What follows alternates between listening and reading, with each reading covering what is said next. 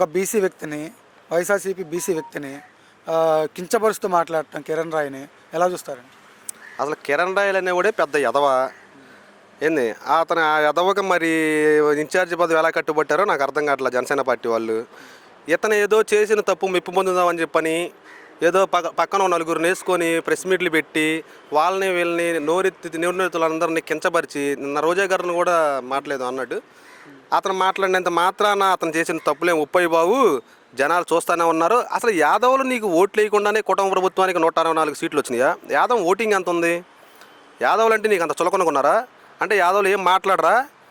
తిరుపతికి ఉన్న ప్రత్యేకత ఏదైతే ఉందో శ్రీ శ్రీ వెంకటేశ్వర స్వామి వారి దేవాలయంలో యాదవ్లు ప్రత్యేకత తెలుసుకో. నువ్వు తిరుపతిలోనే ఉంటున్నావు కదా, నువ్వు తిరుపతిలో ఉంటున్నావు కాబట్టి నువ్వు ఆ ప్రత్యేకత తెలుసుకొని నువ్వు ఎవరైనా మాట్లాడాలో ఏం మాట్లాడాలో చూసుకో.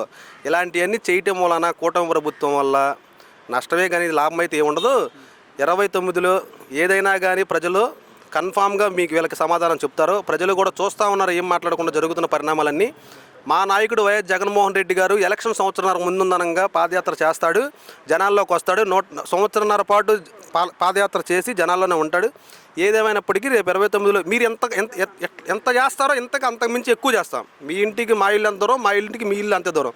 మీరు ఎన్నైనా చేసుకోండి, ఎన్ని ఇబ్బందులైనా పెట్టుకోండి, ఎన్ని కేసులైనా పెట్టుకోండి, ఎన్ని మాట్లాడానండి. మేము అన్ని ఫేస్ చేస్తానికి రెడీగా ఉన్నాం. 29లో అధికారం రాగానే ఇట్లాంటి కిరణ్ రాయల్ గారు లాంటి చాలామంది ఉన్నారు. ఒక్కొక్కడిని పొలంలో పురుగులు నేరేట్టు ఏర్పాడేస్తాం. కానీ మీ అంటే డెవలప్మెంట్ ఏమైనా చేస్తారా 2029లో జగన్మోహన్ రెడ్డి గారు వస్తే? డెవలప్మెంట్ ఖచ్చితంగా ఉంటుందన్న. ఇప్పుడు సంక్షేమ పథకాలు అనేవి మా గవర్నమెంట్లో ఎలా అందినాయో జనం చూశారు, ఇవాళ ఎలా అందుతున్నాయో జనం చూస్తున్నారు. మేము 100% ఇంప్లిమెంట్ చేస్తే వీళ్ళు 50% కూడా ఇంప్లిమెంట్ చేయట్లా. ఏంటి డెవలప్మెంట్ ఉంటుంది? రేపు అధికారం వచ్చిన తర్వాత ఎట్లాగైతే ఇంతకుముందు పథకాలు వెళ్ళినాయో అదేవిధంగా పథకాలు ప్రతి ఒక్కరికి కూడా చేతికి అందుతాయి. ఇబ్బంది ఏం లేదు. జనం కూడా జగన్మోహన్ రెడ్డి కోసం వెయిట్ చేస్తున్నారు. జగన్మోహన్ రెడ్డి గారు రేపు 29లో కన్ఫామ్గా పట్టాభిషేకం తీసుకుంటారు. మీరే ఒక మాట అన్నారు పాదయాత్ర చేస్తారని. పాదయాత్ర ఎలా ఉండబోతుంది అంటారు? అంటే లోకేష్ గారితో పోటీ పడగలుగుతారా జగన్మోహన్ రెడ్డి గారు? లోకేష్ గారితో జగన్మోహన్ రెడ్డి ఎలా పోటీ పడతాడన్న? లోకేష్ గారు సీఎం అభ్యర్థి కాదుగా.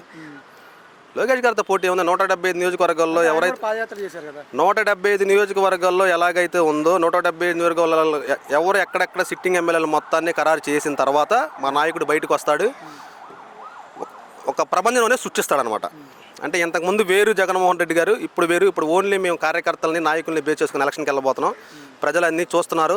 ఏదేమైనప్పటికీ రేపు 29లో మేము డెవలప్మెంట్ మీద కానీ పథకాల మీద కానీ ఇంకోటి ఏదైనా ఉన్నాయో చూసుకొని మొత్తం క్యాడర్ను మనసులో పెట్టుకొని కార్యకర్తను మనసులో పెట్టుకొని రేపు ఎలక్షన్కి వెళ్ళబోతున్నాం.